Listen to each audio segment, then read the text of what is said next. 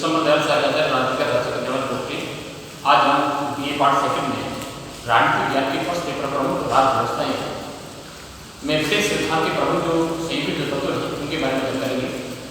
जैसा कि प्रत्येक राष्ट्र में संविधान होता है जो देश का सर्वोच्च कानून होता है, जिसका देश की जनता के द्वारा एक संविधान पार्टी सभा के द्वारा उसका निर्माण किया जाता है। लेकिन ब्रिटिश संविधान का अपवाद है, अर्थात ब्रिटेन के संविधान का तो निर्माण नहीं किया गया है, उसका तो विकास हुआ है। जिस प्रकार से संयुक्त राज्य अमेरिका, ब्रिटेन, फ्रांस और विश्व के अन्य देशों के संविधान का निर्माण किया गया है, उसी प्रकार से ब्रिटेन के संविधान का निर्माण नहीं किया गया है, बल्कि उसका तो धीरे धीरे विकास हुआ। ब्रिटिश संविधान ने अपना वर्तमान जो स्वरूप प्राप्त किया है लगभग 1400 वर्षों के विकास का प्राप्त किया है। ब्रिटिश संविधान के प्रसिद्ध जो लेखक हैं लिटल डिस्टेंस ने कहा है कि ब्रिटिश संविधान विवेक और समूह का शिशु है। British constitution is the child of wisdom and science. British संविधान के अन्य जो लेखक हैं डॉक्टर बुलोन ने कहा है कि ब्रिटिश संविधान एक समय में पूर्ण से तैयार की वस्तु न होकर के एक लंबी विकास की प्रक्रिया का परिणाम है। अर्थात यह बुद्धिमत्ता संविधान है जिसका मार्गदर्शन कहीं आवश्यकताओं ने और उच्च कोटि की योजना किया है। इसी प्रकार से प्रोफेसर हैंसन ने कहा है कि ब्रिटिश संविधान की तुलना उस विशाल भवन से की जा सकती है जिस प्रकार से उस भवन के एक लंबे विकास के बाद, एक लंबे अवधि के बाद विभिन्न खिड़कियों जो का भ्रमण रहता है, उसी प्रकार से ब्रिटिश संविधान का समय के साथ जो विकास हुआ है उसको परंपरा के आधार पर, लोकचार के आधार पर उस संविधान को विकसित करने का काम किया गया है।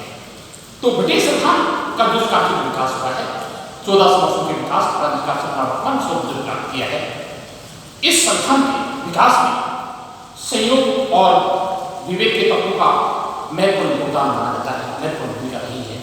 अर्थात विभिन्न प्रकार की जो संयोग के तत्व हैं ब्रिटिश संविधान में, इस प्रकार के कुछ तत्व, इस प्रकार की कुछ व्यवस्थाएं और संस्थाएं हैं जिनको साथ देने के लिए न तो योजना बनाने से काम किया गया है, न किसी कानून सहारा लिया गया है, बल्कि परिस्थितियों में जानने और अनजाने में उन्हें अस्तित्व में आने का अवसर प्राप्त हो गया है, संविधान स्थान ग्रहण कर चुकी है। ऐसी जो महत्वपूर्ण व्यवसायिक संस्थाएं हैं जिनको संविधान स्थान देने के लिए किसी संसदीय अधिनियम को पारित नहीं किया गया, किसी कानून का सहारा नहीं लिया गया, बल्कि परिस्थितियों ने जानने अनजाने में अपना अस्तित्व मानने का मुझे अवसर प्राप्त हुआ है। इस प्रकार की व्यवसायिक संस्थाएं की है जिनमें कोई प्रयास नहीं किया गया। ऐसे सभी व्यवस्थाओं संस्थाओं को संयोग का शिशु कहा जाता है। आइए बात करते हैं ब्रिटिश संविधान के प्रमुख जो संयोग के मूलभूत सिद्धांत हैं। यद्यपि ब्रिटिश संविधान संसदीय शासन प्रणाली का आधार माना जाता है, विश्व के अन्य राष्ट्रों में जिस संसदीय शासन प्रणाली को अपनाया गया है, इस संसदीय शासन प्रणाली की जो धारणा है विश्व के सभी राष्ट्रों ने ब्रिटेन के संविधान से ग्रहण की। लेकिन ब्रिटेन में संसदीय शासन प्रणाली को लागू करने के लिए या अपनाने के लिए कोई प्रयास नहीं किया गया, किसी कानून का सहारा नहीं लिया गया, किसी योजना से काम नहीं किया गया, बल्कि जाने और अनजाने में वह संविधान में विस्तार ग्रहण कर चुके हैं। ब्रिटिश संसदीय शासन प्रणाली की मुख्य विशेषता होती है द्विसंघात व्यवस्थापिका होती है, अर्थात देश की जो व्यवस्थापिका होती है जिसे भिन्न भिन्न देशों में भिन्न भिन्न नामों से संबोधित किया जाता है। जिस प्रकार से ब्रिटेन के केंद्रीय विधान को संसद के नाम से संबोधित किया जाता है उसे संसद कहा जाता है। उसी प्रकार से अमेरिकी जो संसद होती है, अमेरिकी व्यवस्थापिका होती है, उसे कांग्रेस के नाम से संबोधित किया जाता है। इसी प्रकार से जापान की जो पार्लियामेंट की जो संसद होती है उसे डाइट के नाम से संबोधित किया जाता है। स्वीडन की जो संसद होती है उसे संघीय सभा के नाम से संबोधित किया जाता है। तो ब्रिटिश संसद में जिस प्रकार की संविधान में जिस संसदीय शासन प्रणाली को अपनाया गया है, इसकी पहली जो मुख्य विशेषता होती है कि संसद के दो सदन होते हैं, एक निम्न सदन होता है और दूसरा उच्च सदन होता है, और मंत्रिमंडलात्मक शासन प्रणाली होती है। अर्थात मंत्रिमंडल शासन प्रणाली का आशय उस शासन प्रणाली होता है जिसमें प्रशासन के संबंध में मंत्रिमंडल की महत्वपूर्ण निर्णय लेने की भूमिका होती है। ब्रिटिश संविधान में जो प्रमुख जो संयुक्त तत्व हैं कौन कौन से तत्व हैं उनमें सबसे बात करते हैं कि ब्रिटिश संसद का द्विसत्ता ब्रिटिश संसद का अपने आप में द्विसत्ता होना ये भी संयोग की बात है, चांस की बात है। ये कहने में ये था कि 23 सदी के अंतिम वर्षों में ब्रिटेन का राजकोष खाली हो जाता है, खाली हो गया तो सम्राट एडवर्ड हटन के द्वारा भारी मात्रा में नए कर लगाने की आवश्यकता महसूस की जाती है। अतः यह सहयोग की बात की, चांस की बात की कि ब्रिटेन का राजकोष का खाली होना और सम्राट एडवर्ड हटन के द्वारा राजकोष को भरने के लिए जिस प्रकार से नए कर लगाने की आवश्यकता महसूस की जाती है, नए कर प्रस्ताव पर विचार करने के लिए सम्राट एडवर्ड हटन ने 1295 ईस्वी में 3 वर्गों के प्रतिनिधियों को आमंत्रित किया, अर्थात धर्माधिकारी वर्ग, सामंत वर्ग और नगर प्रतिनिधियों को बुलाया गया। इसे मॉडल पार्लियामेंट तो जाता है। तो कहने लगे था कि ब्रिटेन में विभिन्न रूप से संसद का द्वारा माना जा रहा है। 13वीं सदी में ब्रिटेन में संसद का आरंभ हुआ है। इससे पहले कहीं पर ब्रिटेन में कोई संसद नहीं थी, पार्लियामेंट नहीं थी, व्यवस्था क्या नहीं थी। लेकिन जब इस बात से नए का प्रस्ताव पर विचार करने के लिए 3 वर्गों को इस बात से बुलाया गया, उस बैठक में धर्माधिकारी वर्ग और सामंत वर्ग के प्रतिनिधियों के दौरान पारस्परिक हितों में एक रूपता महसूस जाती है, अर्थात इन दोनों वर्गों के एक जैसे हित होते हैं और दोनों वर्गों के लोग ये ऊंचे वर्ग का प्रतिनिधित्व करते थे। कुछ समय के बाद ये दोनों ही धर्माधिकारी वर्ग और सामंत वर्ग के प्रतिनिधित्व हैं कि आपस में ये बनाते हैं, जिसने आगे चलकर लोकसभा को ये लोकसभा ब्रिटिश संसद का भी एक उच्च सदन होता है और चूंकि आज लोकसभा के द्वारा उच्च वर्ग का प्रतिनिधित्व किया जाता है, इसका अधिकांश सदस्य हैं वंशानुगत आधार पर वंशानुगत के आधार पर अपने पद को प्राप्त करते हैं। इसी प्रकार से जो नगरों के प्रतिनिधि थे और साहित्य के नायक थे, उन्होंने भी पारस्परिक हितों में एक रूपता महसूस की और चूंकि दोनों वर्ग के प्रतिनिधि थे, ये जन सामान्य का प्रतिनिधित्व करते थे, ये जनता के द्वारा निर्वाचित होते थे। इस प्रकार से उसने आगे चल लोकसभा इसलिए ब्रिटिश संसद का द्विसत्ता होना अर्थात ब्रिटेन की संसद के वैसे तो 3 सदन होने चाहिए। एक धर्माधिकारी का अलग सदन होना चाहिए था, सामान्य प्रतिनिधियों का अलग सदन होना चाहिए था और नगरों के प्रतिनिधियों का भी अलग सदन होना चाहिए था।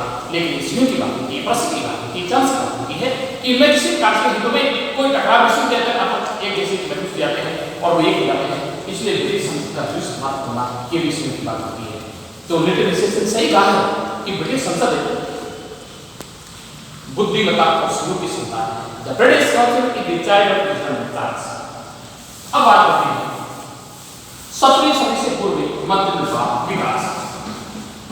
मंत्रिमंडलात्मक शासन प्रणाली को सर्वप्रथम ब्रिटिश संविधान के द्वारा ही अपनाया गया था, लेकिन इस मंत्रिमंडलात्मक शासन प्रणाली को अपनाने के लिए कोई प्रयास नहीं किया गया, बल्कि उसका विकास हुआ है वह सहयोग की मांग होती है। आइए बात करते हैं 17वीं सदी से पूर्व अर्थात एंग्लो सैक्सन काल और नॉर्मन काल के राजाओं को प्रशासन के संबंध में सहायता और मंत्रणा देने का कार्य 2 महत्वपूर्ण संस्थाएं करती थी, विंटेज मॉड और क्यूरिया हेरिस।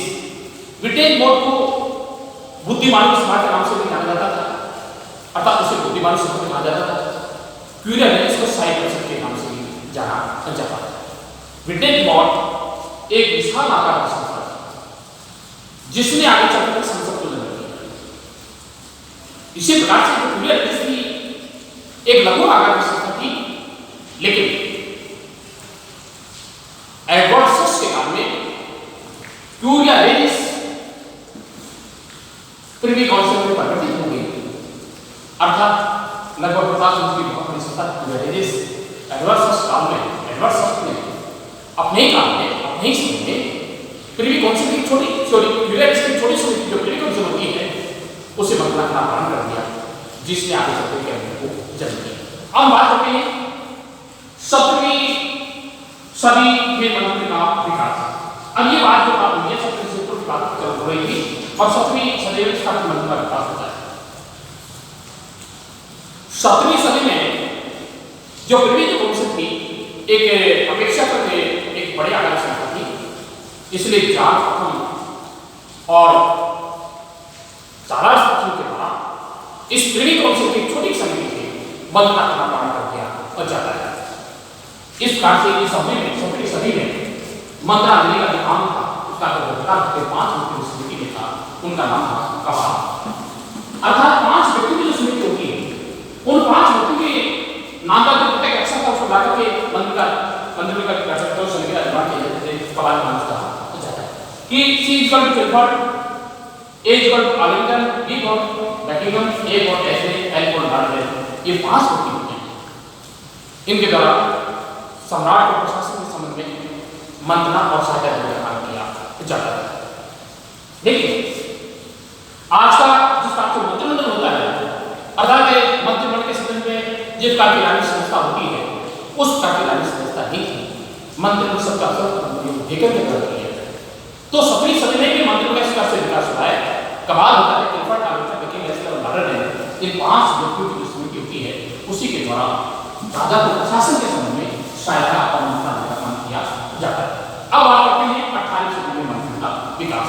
वास्तव में अगर देखा जाए तो मंत्र का जो विकास हुआ है 18 सदी में विकास पूर्ण रूप से हुआ माना जाता है।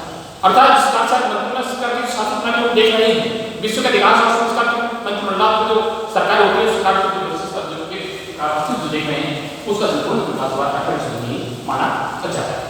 1714 ईस्वी में हैनोवर से जाट और जाट के बोली का संभाग बढ़ाया गया, लेकिन दोनों राष्ट्रों को अंग्रेजी भाषा की जानकारी नहीं हुई है। अतः भाषा की अनियमितता के कारण इन दोनों राष्ट्रों द्वारा मंत्रिमंडल की बैठक में भागना बंद कर दिया जाता है। इन दोनों राष्ट्रों में सम्राट के द्वारा मंत्रिमंडल की बैठक की अध्यक्षता करने का काम किया जाता था, लेकिन भाषा की अनियमितता के कारण इन दोनों सम्राटों ने अपने आप को मंत्रिमंडल की बैठक में करने से अलग कर दिया। इस प्रकार से इन दोनों राष्ट्रों के द्वारा ब्रिटिश राजनीतिक स्तर पर अपने ही वंश की राजनीति में रुचि दी जाती है।